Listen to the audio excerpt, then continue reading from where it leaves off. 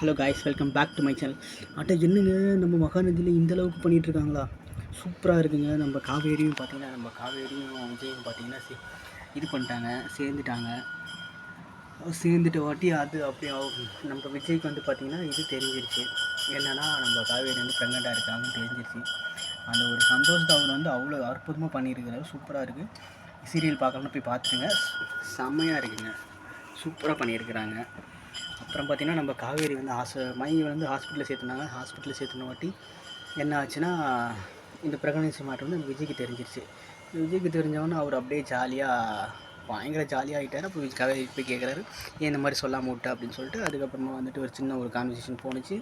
அதுக்கப்புறம் நிவின் கிட்ட மட்டும் ஏன் சொன்னீங்க அப்படின்னு சொல்லி, நிவின் கிட்ட சொன்னதுனால உங்களுக்கு அதை கோவமா அப்படின்னு சொல்லிட்டு காவேரி கேட்குறாங்க. இல்லை நிவின் வந்து என்கிட்ட சொல்லலை அப்படின்னு சொல்லிட்டு சொல்லலை, அதுதான் எனக்கு கோவமாக இருக்குது அப்படின்னு சொல்லி விஜய் சொல்கிறாரு. உடனே காவேரி சொன்னாங்க, நீங்கள் ரொம்ப இன்னசென்ட்டுங்க அப்படின்னு சொல்லி சொல்கிறாங்க.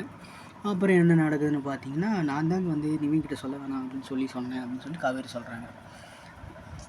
லாஸ்ட்டாக பயங்கரமாக இது பண்ணிட்டுருக்காங்க. காவேரி பார்த்திங்கன்னா, இவர் விஜய் வந்து அவங்க வீட்டு ஒரு ரெசார்ட்டுக்கு கூட்டிகிட்டு போயிட்டு காவேரிக்கு பிடிச்சதெல்லாம் செய்யணும் அப்படின்னு சொல்லிட்டு அவர் பிளான் பண்ணுறாரு. அவர் பிடிச்சதெல்லாம் செஞ்சாரா இல்லையா அப்படின்றத நம்ம வந்து இன்றைக்கி பார்க்கலாம். அவர் பிடிச்சதெல்லாம் அதெல்லாம் செஞ்சாரா இல்லையா அப்படின்றத நம்ம நெக்ஸ்ட் வீடியோவில் பார்க்கலாம். ஓகேங்களா? வீடியோ பார்த்த எல்லா நண்பர்களுக்கும் நன்றிகள். சப்ஸ்கிரைப் பண்ணிக்கோங்க. சப்ஸ்கிரைப் பண்ணாமல் விட்டுறாதீங்க. தேங்க்ஸ் ஃபார் வாட்சிங் கைஸ். பாய்.